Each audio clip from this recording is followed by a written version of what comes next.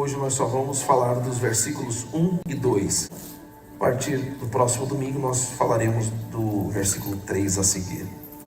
Paulo, apóstolo de Jesus, segundo o mandato de Deus, nosso Salvador, e de Cristo Jesus, esperança nossa, a Timóteo, meu verdadeiro filho na fé, graça, misericórdia e paz da parte de Deus, Pai, e de Cristo Jesus, nosso Senhor.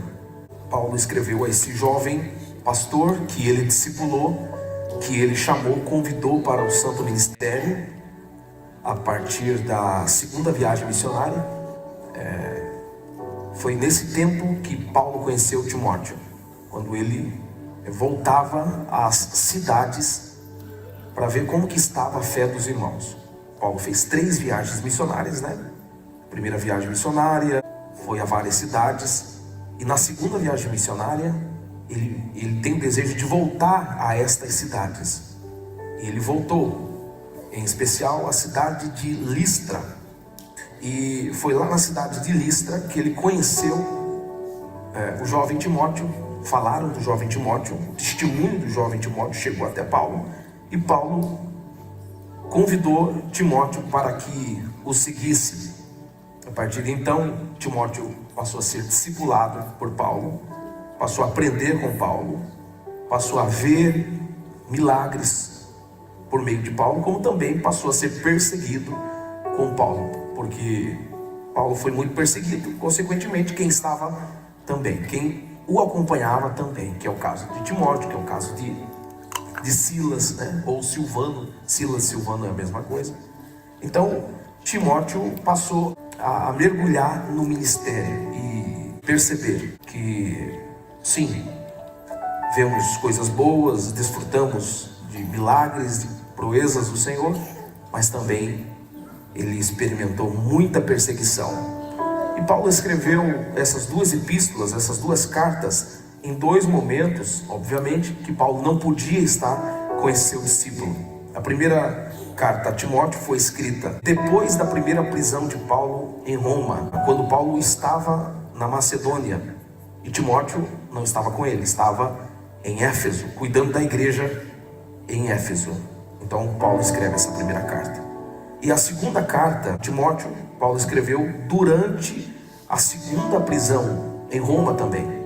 Durante a segunda e última prisão em Roma. Porque a partir dessa prisão, o que tinha para Paulo era a morte. Paulo foi decapitado por ordem do imperador Nero.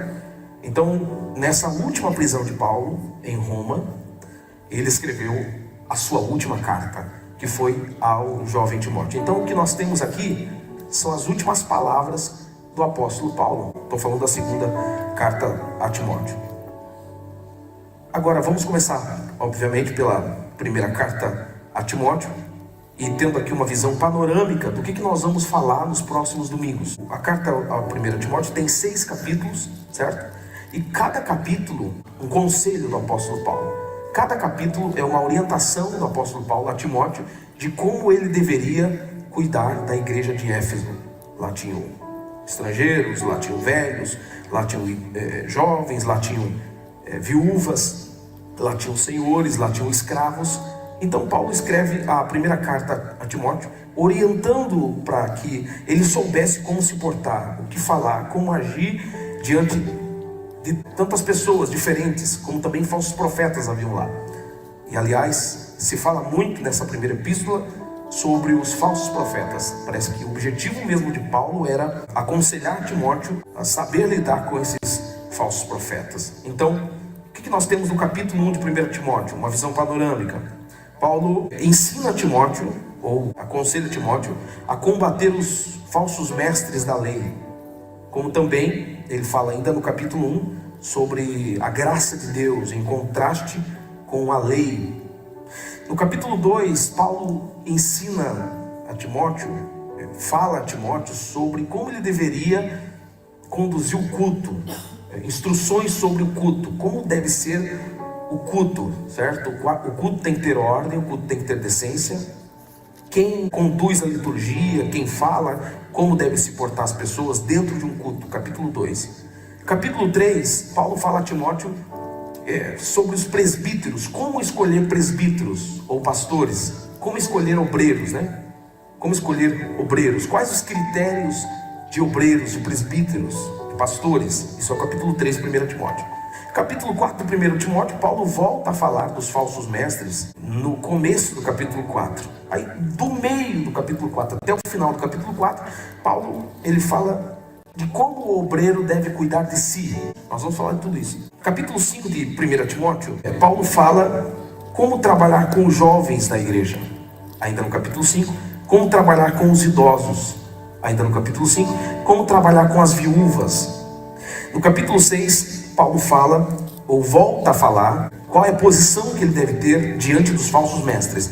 Então, por isso que a gente percebe que o objetivo mesmo de Paulo, ao escrever a primeira carta a ele, era mesmo como combater os falsos mestres. Ele fala no capítulo 1, ele volta a falar no capítulo 4, e agora ele fala de novo no capítulo 6.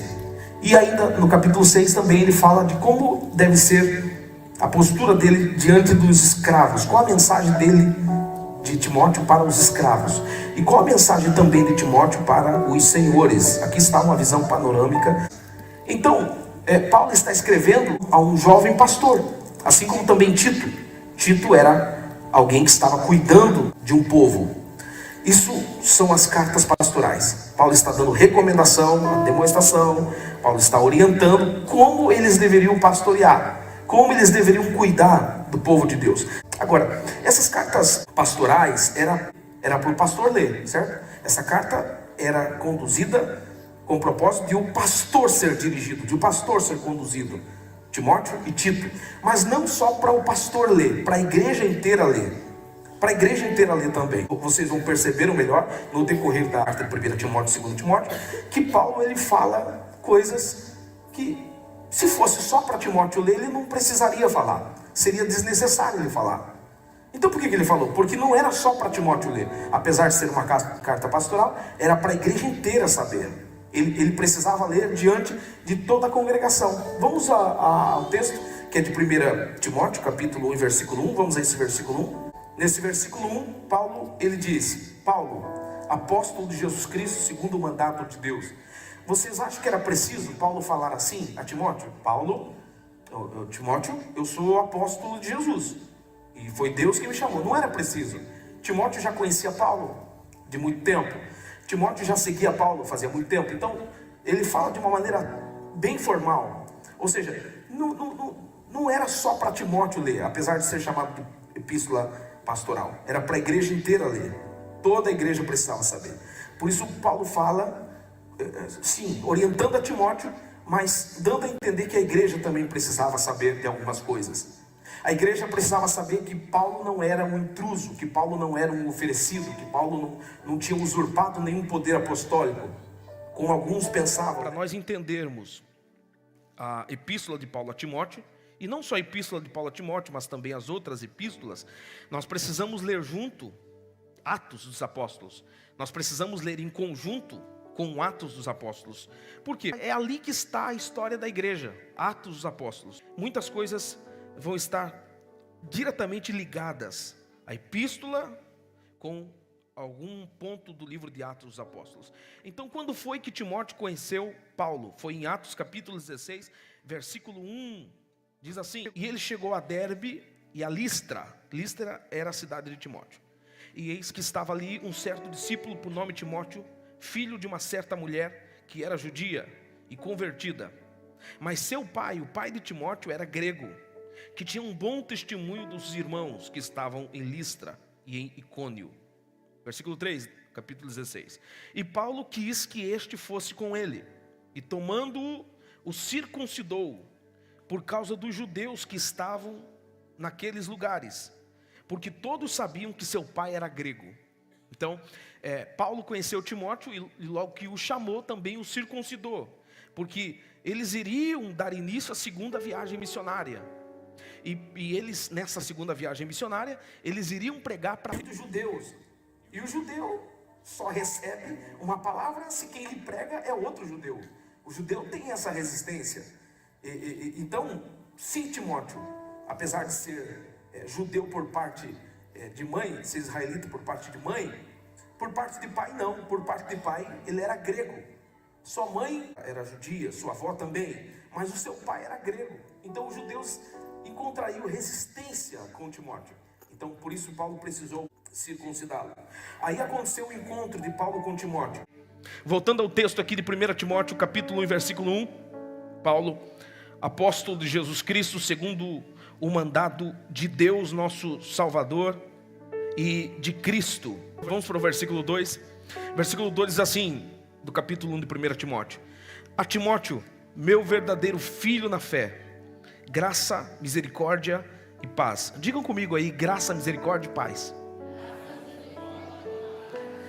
Essa é uma saudação diferente, porque todas as outras vezes que Paulo saudava os irmãos nas suas outras cartas, com exceção dessas que eu vou citar, Paulo não fala graça, misericórdia e paz. Paulo fala graça e paz. É geralmente o modo que vocês falam, né?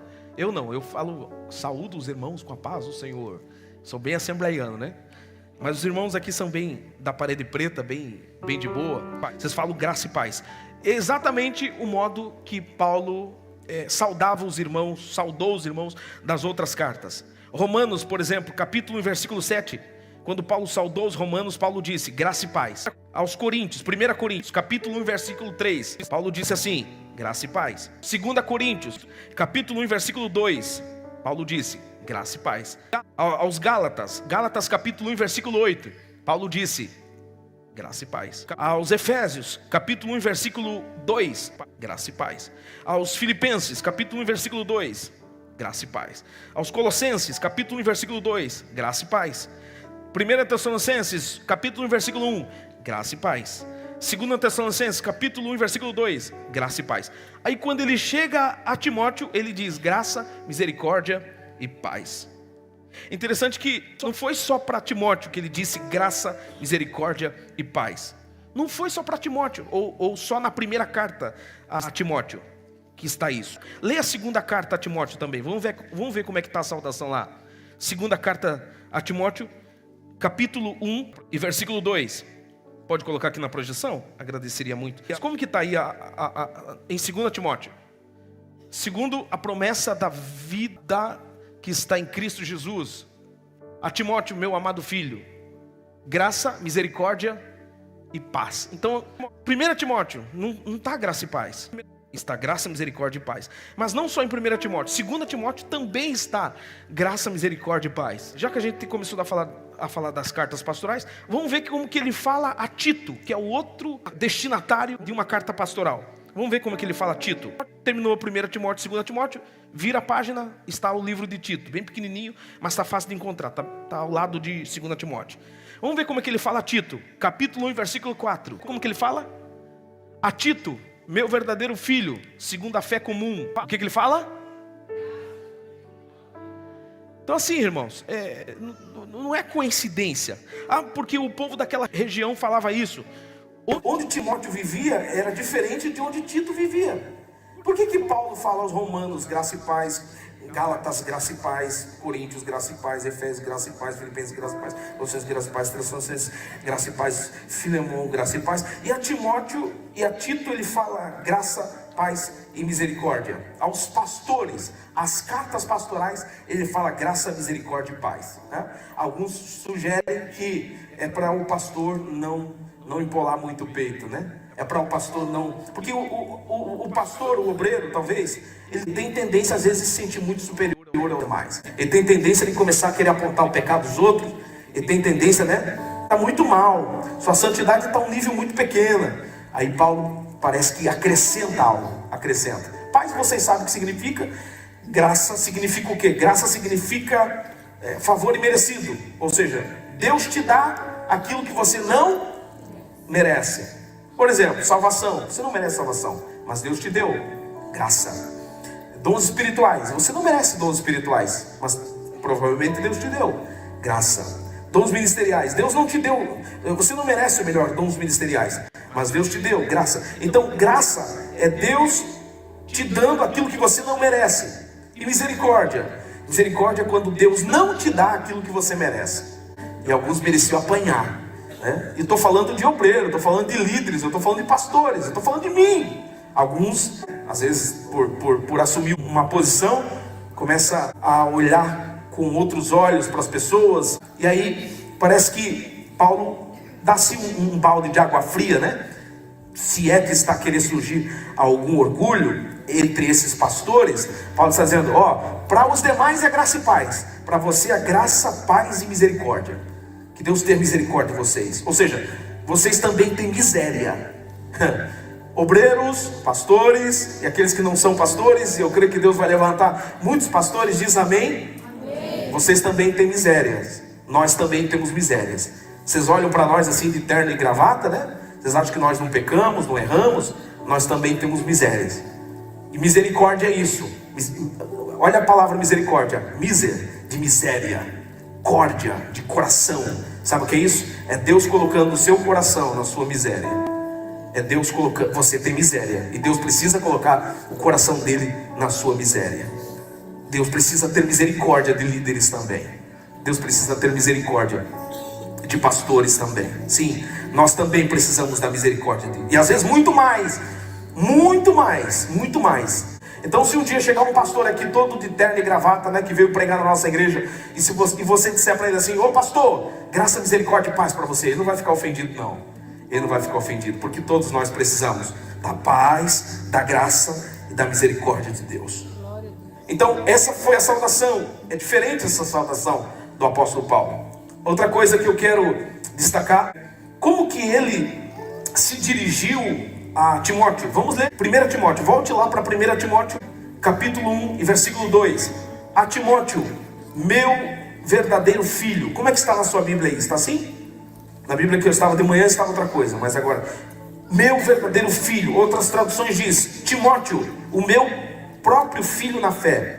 É interessante porque aos outros Paulo não chamou de filho.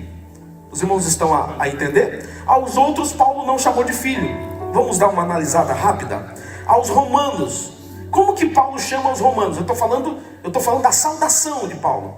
Como que Paulo sauda nas outras cartas? Aos romanos, Paulo sauda assim, Romanos capítulo 1, versículo 7. Aos amados de Deus, chamados santos, ok? 1 Coríntios capítulo 1, versículo 2. Como que ele falou aos coríntios? A igreja de Deus que está em Corinto. Como que ele falou aos Efésios? Capítulo 1, versículo 1. Ele disse assim aos Efésios, aos santos e fiéis. Como que ele falou aos Filipenses? Capítulo 1, versículo 1. Aos santos em Cristo. Como que ele falou aos Colossenses? Colossenses capítulo 1, versículo 2. Aos santos e irmãos fiéis. Como que ele falou a Filemon? Capítulo 1, versículo 1. Ao amado Filemon, cooperador. Mas, quando ele vai escrever para Timóteo, ele não diz amado do Senhor, ele não diz cooperador, ele não diz, quais são aqui as outras expressões, um fiel, apesar de tudo isso ser muito bom. Quando ele vai a Timóteo, ele chama filho. Filho, que expressão maravilhosa, né? Meu filho, meu verdadeiro filho. Isso, 1 Timóteo. Então na saudação de Paulo, em 1 Timóteo, ele chama Timóteo de filho. Vamos ver como que ele chama Timóteo na segunda epístola. Vai lá, abra a Bíblia lá, folheia rapidão aí, depois você volta para 1 Timóteo. Vai para 2 Timóteo agora. 2 Timóteo capítulo 1, versículo 2. Como que ele diz? Vai lá, a Timóteo, de novo, meu amado filho. Só Timóteo que ele chama de filho. Aos romanos ele não diz isso, aos gálatas ele não diz isso, aos coríntios ele não diz isso, a Filemão ele não diz isso, ele diz isso só a Timóteo. Mas será que isso é só coisa de Timóteo? Não, não é só coisa para Timóteo, isso também é para Tito. Olha que interessante. Como que ele chama Tito? Vamos lá, Tito, vira folha. Tito capítulo 1, versículo 4. Como que ele chama Tito agora? Como que ele chama Tito? Vai aí. A Tito, do mesmo jeito que ele chama Timóteo. Será que há coincidência que aos pastores ele chama de filho? Vocês estão entendendo que as cartas pastorais são dirigidas a esses destinatários como filho, filho, filho. Sabe por quê? Levanta a mão para receber isso. Levanta a mão ou não? Sabe por quê? Porque para você assumir o bastão, você precisa ser filho. Para você substituir alguém, você precisa ser filho.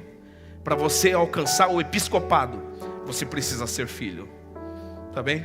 Não basta ser amado de Jesus, não basta ser redimido de Jesus, santificado do Senhor, labareda de fogo, canela de fogo. Não basta, não basta ter todos os dons espirituais, ser letrado, ser muito capacitado. Não, tem que ser filho.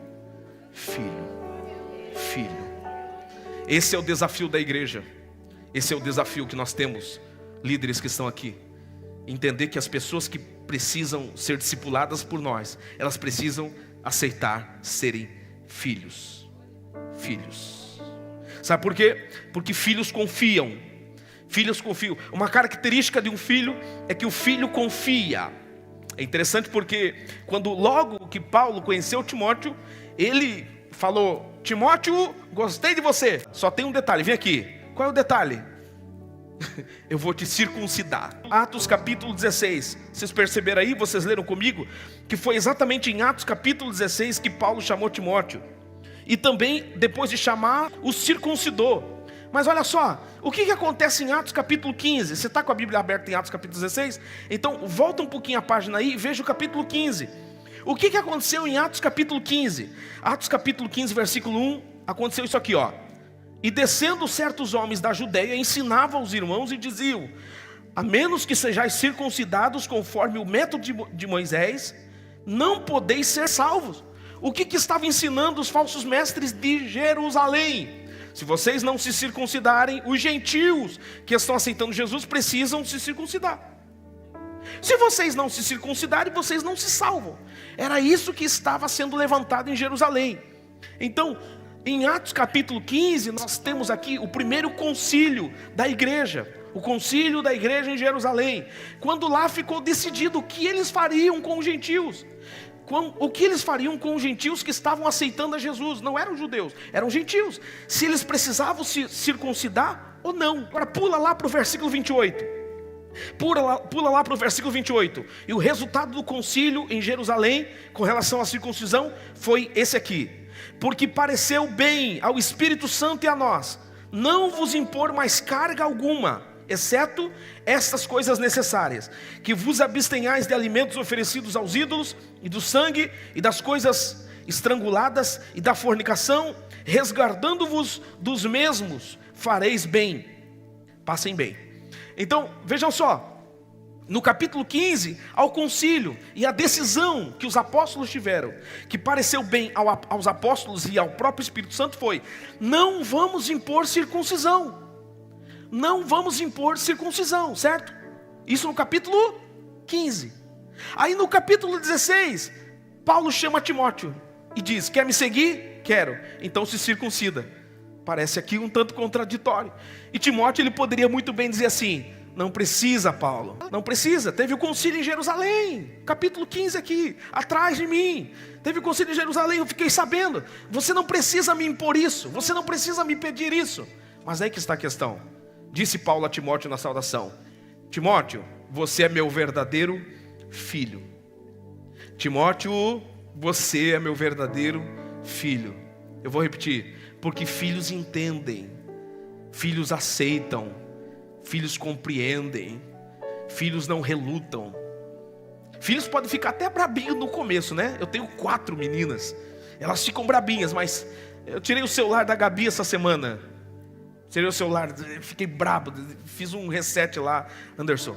Desativei o WhatsApp, desativei tudo, o celular está zerado. Mas aos poucos a gente vai liberando de novo. Não é fácil, né? Ok, mas tirei, só tem joguinho agora, só tem joguinho. Ela ficou braba, mas eu abracei ela e disse assim: filha, eu estou te protegendo, tá? Eu estou te protegendo, filha. Filhos entendem, essa é a diferença. Sabe o que Deus quer levantar? No nosso meio, inclusive, Deus quer levantar filhos. Aleluia.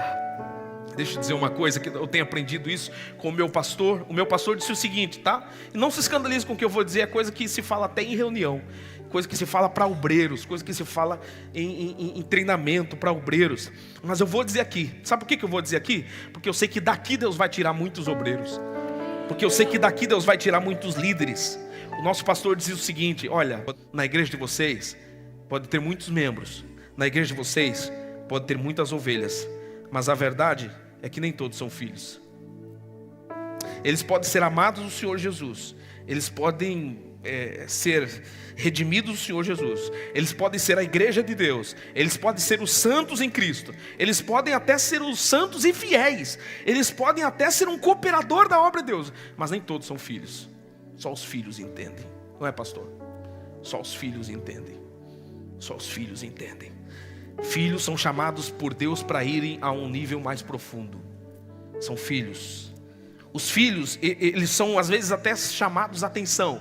Mas sabe o que acontece com os filhos? Abre a Bíblia, coloque para nós, por favor, na projeção, João capítulo 8, versículo 35. Ora, o servo não fica para sempre, o filho fica para sempre. Membros podem até mudar, membros pode aparecer uma igreja mais pentecostal, mais cheia de Deus, que cura mais, que salva mais, mas filhos não abandonam a casa. Filhos assumem uma responsabilidade, filhos fazem aliança, sabe? Filho é diferente, o relacionamento com filhos é diferente.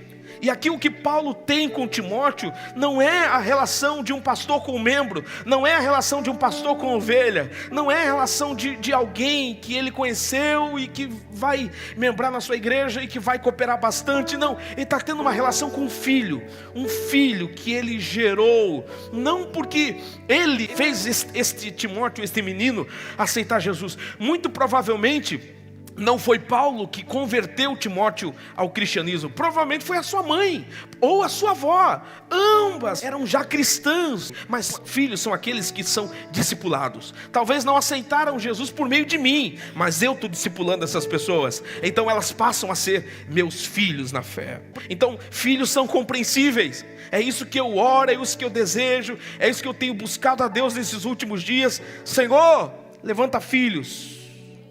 Levanta filhos. É claro que a gente precisa de muita qualidade musical, é claro que a gente precisa de muita qualidade, tudo isso coopera, de qualidade teológica. É claro que a gente precisa de muita qualidade vocal e de braços para nos ajudar, desde o estacionamento, na recepção, no Integra, no digital. A gente precisa de bons músicos, de gente muito capacitada, e eu acredito que Deus vai trazer isso, tudo isso. Mas o que eu quero mesmo, Deus, o que eu oro é que o Senhor levante entre nós aqui filhos, muitos filhos que vão entender, filhos que vão sofrer a dor no momento da circuncisão, mas vão entender que é por um bem maior. Alguns serão salvos, pessoas serão alcançadas, aleluia. Há um propósito em tudo isso. Eu posso não entender o porquê, o pra quê, mas eu vou confiar no meu Pai espiritual.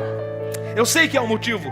Eu olho para Gênesis capítulo 22, versículo 7, e eu vejo Isaac sendo colocado em cima do altar. No trajeto, ele já perguntou ao pai: pai, Isaac não era um bebê, não era da idade da Cecília, não sabe bem ao certo a idade dele, mas ele era um garotão, ou um garotinho, mas pronto, tinha uma consciência. Isaac, ele pergunta já no caminho: pai, está aqui o fogo, está aqui o cutelo, mas cadê o cordeiro? E quando ele chegou lá no Monte Moriá, ele viu o pai preparar o altar, ele viu o pai preparar as pedras, ele viu, e talvez ele até perguntou de novo, o texto não diz, mas pai, está aqui o fogo, está aqui o cutelo, mas cadê o cordeiro? E Isaac sabia muito bem o que o seu pai estava fazendo. O que seu pai estava fazendo ali não era novidade para ele. Ele cansou de ver o seu pai sacrificando o cordeiro. Ele cansou de ver o seu pai levantando o altar. Ele viu isso por muitas vezes, porque Abraão era um homem de altar. Mas pela primeira vez, Isaac está se deparando com um fato inusitado: cadê o cordeiro? E a gente percebe que calmamente Abraão coloca Isaac em cima do altar. Isaac poderia correr, como eu disse, não era um bebê. Ele poderia correr, ele poderia, como se diz, dar um pinote. Mas ele certamente pensou: opa, eu confio no meu pai. Eu sei o que o meu pai está fazendo. Eu sei o que o meu pai pensa a meu respeito. Eu sei que o meu pai me ama. E nós estamos no momento de ceia. Foi exatamente o que foi falado também. O próprio Jesus, como filho, ele disse: Deus, olha, se possível, passa de mim esse cálice, Mas, todavia, seja feita a tua vontade e não a minha, porque eu sou filho. Filhos entendem. Então, se por acaso o seu líder de célula te falar: olha, não faz isso, você está chegando agora, você é novo convertido, e o seu líder de célula disser assim para você: olha, não vai por ali, não fala desse jeito, sabe? Não usa essas expressões, esse tom está muito alto, fala um pouquinho mais baixo. Entenda, seja filho, porque Deus vai te levar para um nível mais profundo, e não vai embora, porque só os filhos ficam para sempre. Agora, é claro que eu estou falando numa época difícil, e o mesmo parênteses que eu abri hoje de manhã, eu vou abrir agora. Eu tenho que pregar essa mensagem consciente do tempo que eu estou vivendo. E eu sei que nós estamos vivendo uma época de abuso de autoridade, né? Onde tem pastores que usurpam textos como esse e querem mandar nas pessoas. Querem mandar: ó, você não vai para lá, você não troca de emprego, você não faz isso, você não faz aquilo. A gente pode aconselhar, a Bíblia aconselha, a gente só usa a Bíblia. Agora tem liderança evangélica, se é que posso chamar assim, que querem mandar na vida das pessoas. Não muda de país, não muda de igreja. Se você sair dessa igreja, você está amaldiçoado. Não estou falando disso. Não estou falando dessa liderança, como que se diz? Tóxica. Estou sendo chique aí, né? Eu estou falando, estou usando as palavras da psicanalista ali. Não estou falando disso. Eu estou falando de uma liderança saudável. Eu estou falando de uma liderança bíblica. E eu vou dizer mais. Deus vai mostrar para você quem é o seu líder. Inclusive se Deus mostrar, pronto. Porque hoje eu estou na bênção, irmão. Mas se um dia eu não vigiar, o diabo pode entrar em mim. Nosso pastor Urso diz isso sempre. Ele diz assim na mesa com a gente: ó, o diabo pode entrar em qualquer um de vocês aqui. Quem está de pé, cuide para que não caia. Então ore para saber quem é o seu líder. Mas Deus mostra, pastor. Mostra. Olha só, Mateus capítulo 16, versículo 15. Mateus capítulo 16, versículo 15. Certo dia Jesus estava com os discípulos e disse assim: quem vocês dizem que eu sou? Aí o Pedro disse assim: tu és o Cristo, o Filho do Deus vivo. Aleluia. E quando Pedro disse isso, Jesus respondeu: bem-aventurado tu és, Simão Barjonas, porque não foi a carne nem o sangue que te revelou, mas o meu Pai que está nos céus. Deus revela quem é a liderança. Deus revela quem é o seu líder. Deus revela. Ore que Deus revela. O problema é que às vezes a gente quer que Deus revele assim, ó, assim. Quer que um profeta venha e diga: meu filho, sai daquele lugar, porque não é da minha vontade. Você quer assim, você quer tudo sobrenatural. E Deus não faz as coisas só dessa maneira. Deus faz dessa maneira também, mas não só dessa. E dessa maneira é perigosa, hein? Tem que ser muito Deus, senão te confunde toda a cabeça. Mas Deus não faz só dessa maneira. Sabe como que Deus mostra? Deus mostra por meio de atitudes. Você quer que Deus mostre quem é o seu líder? Veja como que ele trata a sua esposa. Você quer saber quem é o seu líder? Veja como que ele trata os seus filhos. Você quer saber quem é o seu líder? Eu estou falando para nós, e estou falando caso você precise sair daqui, ir para colar, ir para outra cidade, para outro país. Se você quer saber quem é o seu líder, veja como ele trata o sexo oposto. Se ele é homem, como que ele trata as menininhas da igreja? Se ele é todo malicioso, se ele tem uma mãozinha leve. Veja como ele trata as pessoas. Veja como ele trata as finanças da igreja. Veja como ele trata o dinheiro da igreja. Veja como ele trata, veja os detalhes. Deus está mostrando quem é o seu líder. Tem muita gente decepcionada com o líder. Vou ser sincero, é culpa dele, mas a culpa é sua também. Porque você não pergunta para Deus quem é o seu líder. Você não pergunta para Deus, você não pede sinais. Deus, eu quero sinais, Senhor. Eu quero sinais dessa pessoa. Quem é essa pessoa? Eu quero saber quem está colocando a mão em cima da minha cabeça. Eu quero saber quem está orando por mim. Eu quero saber debaixo da autoridade que eu estou. Não foi nem a carne nem o sangue que te revelou, mas foi o meu Pai que está no céu. Disse Jesus a Pedro. Deus revelou para Pedro, Deus vai revelar para você. Você precisa saber quem é o seu líder, sabe por quê? Porque você precisa confiar. Porque se você não confiar, você não consegue ser filho. Se você não confia no seu líder, você não consegue ser filho. E para Deus te levar para um nível mais profundo, você precisa ser filho. Você precisa ser como Isaac. Eu não sei o que o papai vai fazer, mas eu confio no que ele está fazendo. Você precisa ser como Jesus. Olha, se der, passa de mim esse cálice. Todavia, seja feita a tua vontade, não a minha. Para Deus te levar para um nível mais profundo, você precisa confiar. Confiar.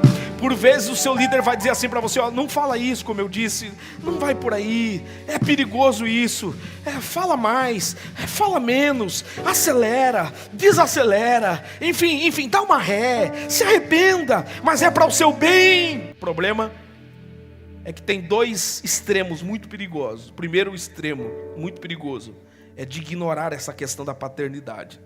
É de ignorar. Tem muita gente que diz assim: não, que é filho, coisa nenhuma, que eu sou filho na fé dele ou dela, coisa nenhuma. Que negócio é esse, né?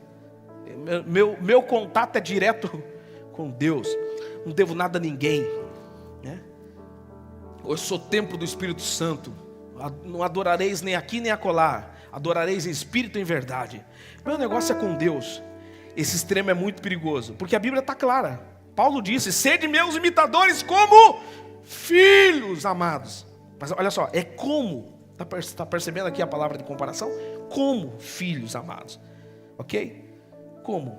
O primeiro extremo é esse, ignorar a paternidade. O segundo extremo, que também é perigoso, é esse: é estar atrelado incondicionalmente. Tem algumas visões que estão sendo passadas: você é filho, você é filho. E aí a pessoa fica atrelada incondicionalmente. E independente do que a pessoa faça: não, eu sou filho, ele é meu pai. Caiu em adultério, trocou de mulher, a polícia está atrás, está a maior desgraça na vida da pessoa. Não, mas ele é meu pai, ele é meu pai. E o que ele falar, está falado. E aí o pastor, que talvez é um homem de Deus, que está ali tentando ensinar, não consegue advertir, porque a mente está cauterizada, porque passaram para ele, distorceram essa passagem que nós devemos ser filhos, de que ele deve ser filho sem observar, sem critérios algum, incondicionalmente. Isso não é bíblico. Eu conheço pessoas que estão aqui há 4 anos. Sabe por quê? Estão aqui há 4 anos. E elas dizem assim: ó, eu não membrei em nenhuma igreja ainda. Sabe por quê? Porque o meu pai espiritual falou que é para eu não membrar ainda. Está aqui há 4 anos. Não, eu não membrei numa igreja ainda. Sabe por quê? Porque o meu pai espiritual vai abrir uma igreja aqui. Não, o diabo está usando a Bíblia para distorcer você. Essa informação aqui, que quando eu digo que nós somos filhos, é para te orientar, é para te levar para um nível mais profundo, não é para idiotizar você. Não deixe ser idiotizado. Não. Então são dois extremos muito perigosos. E algumas pessoas estão aqui, mas às vezes não estão aqui, porque se a igreja de lá vier, se a igreja de lá abrir aqui do lado, ela passa para a igreja do lado. Por quê? Porque eu sou filho, eu fiz aliança no sentido assim, não interessa o que aconteça. Não é isso que a Bíblia está dizendo. A Bíblia não está falando nesse sentido, é claro que não. Então, que tenhamos maturidade, que sejamos saudáveis e interpretar corretamente o que diz a palavra. Mas que nós precisamos ser filhos para irmos para um lugar ou para um nível mais profundo, para sermos obreiro como Timóteo e como Tito. Disso não há dúvida.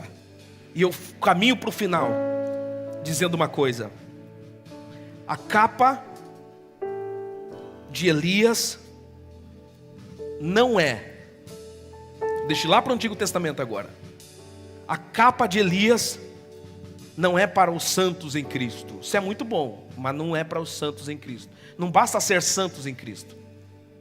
A capa de Elias não é para os fiéis em Cristo. A capa de Elias não é para os que estão em Cristo. Não basta. A capa de Elias é para filho de profeta. Tem que ser filho. Tem que ser filho. Tem que ser filho. Vamos ler?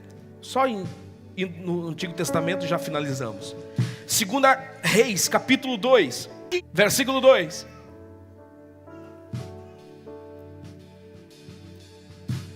Diz assim: e disse Elias a Eliseu: fica-te aqui, porque o Senhor me enviou a Betel. Porém disse Eliseu: vive o Senhor e vive a tua alma, que não te deixarei. E assim foram a Betel. Ok. 1 Reis 2, 2. Agora 1 Reis 2, 4. Elias lhe disse: Eliseu, fica-te aqui. Ou seja, falou a mesma coisa do que no versículo 2. Porque o Senhor me enviou agora a Jericó. Porém Eliseu respondeu: vive o Senhor e vive a tua alma, que não te deixarei. E foram para Jericó. 1 Reis 2:4. Agora 1 Reis 2:6. E Elias disse: fica-te aqui, teimoso, porque o Senhor me enviou ao Jordão. Mas ele disse: vive o Senhor e vive a tua alma, que não te deixarei. E assim ambos foram juntos. E agora, dessa vez, para o Jordão. Filhos não deixam. Não é que ele é teimoso, é que na verdade que ele é filho. Filho quer estar junto, filho quer estar grudado. Por isso que o meu pastor Hudson, ele sempre diz: filho, há uma diferença entre membros e filhos. Há uma diferença entre ovelhas e filhos. Sabe por quê? Porque ovelha é aquela que você tem que ficar buscando. E não tem mal nenhum, a gente vai buscar com o maior prazer. Não tem mal nenhum nisso. É o meu prazer. A gente vai buscar. Ovelha perdida, 100ª ovelha, vem aqui. Agora, escuta só. Ovelha a gente vai buscar. Filhos, eles correm atrás de nós. Porque eles entenderam que eles precisam ser discipulados. Porque eles querem a capa. Porque eles querem porção dobrada. Aleluia. Ovelha a gente tem que correr atrás. E outra, qualquer coisa espanta elas, são ovelhas. Eu até cuidei de ovelha lá no quintal do Abel uns tempos atrás, né? As ovelhas, cheguei lá, as ovelhas corriam de mim. Interessante que uma corria, a outra que viu a primeira correr, também correram sem saber para onde estava correndo e o porquê estavam correndo. Isso é incrível. Uma ovelha assusta a outra. Agora filhos não, eu tenho 4, eu sei o que eu estou falando. Pai, e uma pula aqui, outra pula ali. Filhos, irmãos, essa é a diferença. Vocês estão entendendo a diferença? São filhos. Deus quer levantar filhos. A gente vai correr atrás sempre.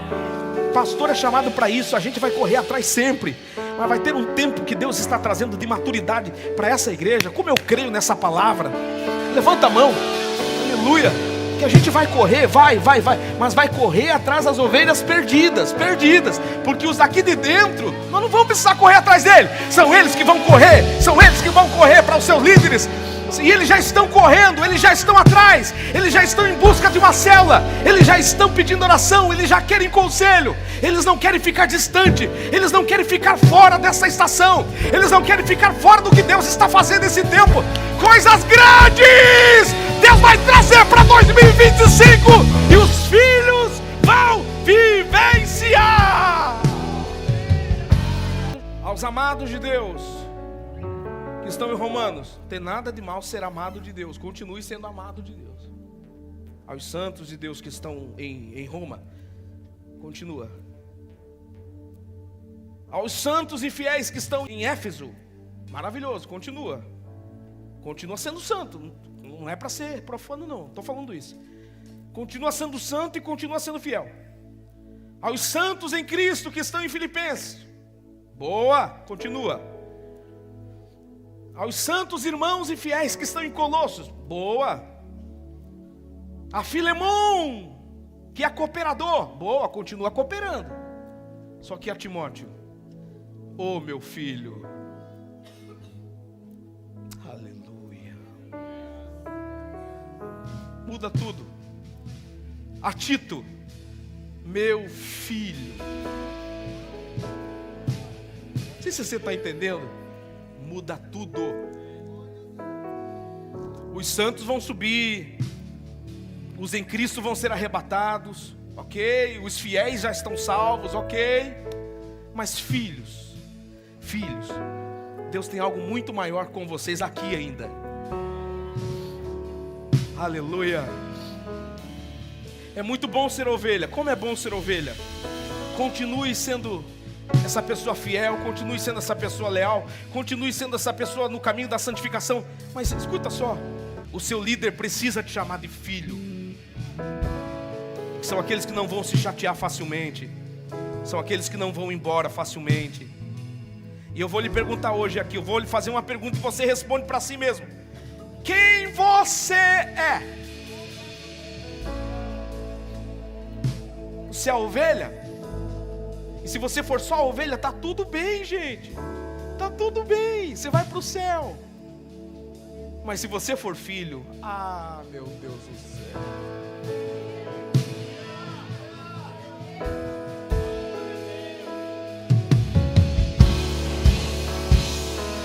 Urubocola.